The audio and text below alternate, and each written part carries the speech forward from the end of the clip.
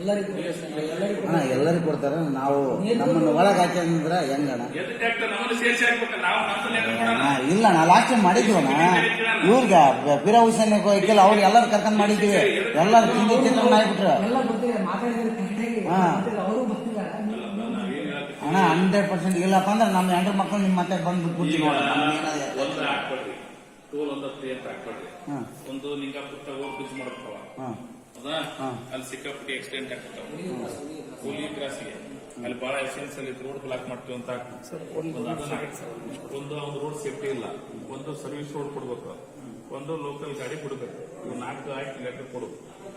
ನಾವು ಕೇಳೋದಾಗಿ ತಪ್ಪು. Lingapura ಮಾಡೋಕ್ಕಿಲ್ಲ case ಏನಾಗಿದ್ದಾವ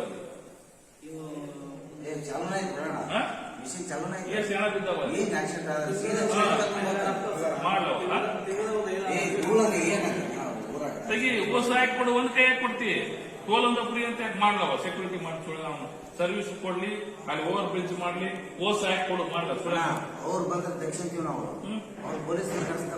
road ಸಹಾಯಕ ಪೊಲೀಸರು ಬರ್ತಾರೆ. ಜೀವ ಉಳಿಸ ಪಾರ್ಟಿ ಮಾಡ್ಯಾರ ಸೇಫ್ಟಿ ಮಾಡ್ಯಾರ. ನೋಡಪ್ಪ, ಅವ ಅವನು ಬರಲಿ. ನಾವು ಕೇಳ್ತಿರೋದಿನ ಒಂದು ನಮ್ಮ ಸರ್ವಿಸ್ ಕೊಡೋದು, ಹೌದಾ? ಎರಡನೇದು ಅಲ್ಲಿ ಓವರ್ ಬ್ರಿಡ್ಜ್ ಮಾಡಬೇಕು.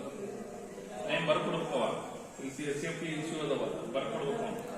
ಓವರ್ ಬ್ರಿಡ್ಜ್ ಮಾಡಬೇಕು. ಅವ್ನು ಸ್ಪೀಡ್ ಬ್ರೇಕರ್ ಇಲ್ಲಿ ಯಾಕೆ ಮಾಡ್ಬೇಕು? ಸುಪ್ರೀಂ ಕೋರ್ಟ್ ಆರ್ಡರ್ ಕೊಡ್ತಾರೆ. ಹಾಕೇನಿಲ್ಲ ಮಸೂದಿ ಹಾಕೇನಿಲ್ಲ. ಮತ್ತೆ ಕೋರ್ಟ್ ಅದನ್ನೇ ಕೇಳ್ಬಾರ್ದ? ಅದನ್ನೇ ಹಾಕಿದ ರೂಲ್ಸ್. ಸುಪ್ರೀಂ ಕೋರ್ಟ್ ಆರ್ಡರ್ ಐತಿಲ್ಲ, ಸ್ಪೀಡ್ ಬ್ರೇಕರ್ ಹಾಕಿ ಮಾಡೋದಂತೆ. ಎಸ್ ಹಾಕಿ ನಾವು ಹಾಕ್ಲಾರ್ದು ಗಾಡಿ ಓಡಿಸ್ತಾನ ಹಾಕಿರ್ತಾನ.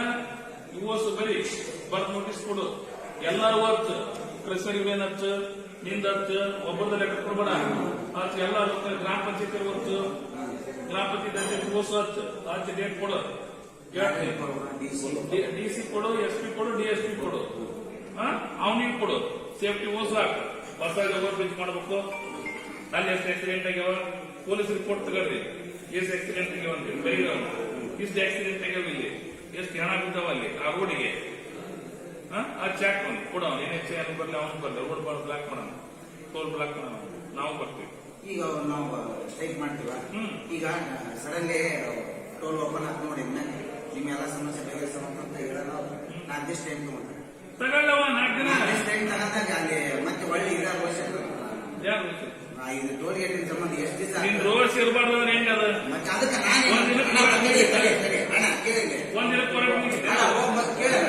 ಮಾಡ್ತೀವ.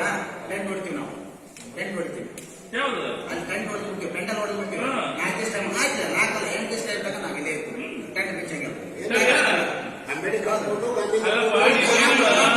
ಮೊದ್ಲ ಟೋಲ್ ಬಂದು ಅವ ರಾಜ್ಯಕ್ಕೆ ಬಂದಿಲ್ಲ, ಆ ಒಪ್ಪಿಗೆ ಮಟ್ಟ ನಾವು ಸೇರಿ ಕೂತ್ಕೊಂತೀವಪ್ಪ. ಎಲ್ಲ ಒಪ್ಪಿಗೆ ನೀವು ಬರ್ಕೊಟ್ಟ ರೈಟಿಂಗ್ ಬರ್ಕೊಟ್ಬಿಟ್ಟು ಕ್ಯಾಂಪ್ ಸಿಕ್ತು ಅಂತ ಹೇಳ. ಅದನ್ನ ಮಾಡ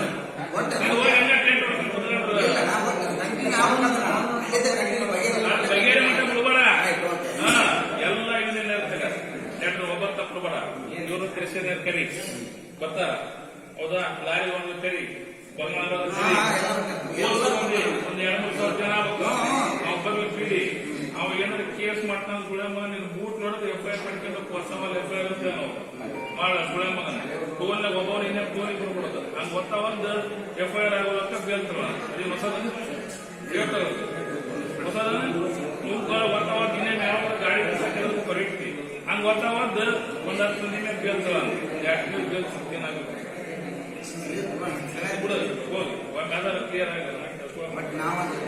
ಬರಾಬರಿ ಟೆಂಟ್ ಬಿಡಿ. FIR ನಡೆಯಿಲ್ಲ. FIR ಹೇಳಿಕೆ ನಿಂದು ನನಗೆಲ್ಲರಿಗೂ ಇರಲ್ಲ. ಈಗ ಇಷ್ಟು ಮಂದಿಯಾಗ ಒಂದು 15 ಅಲ್ಲ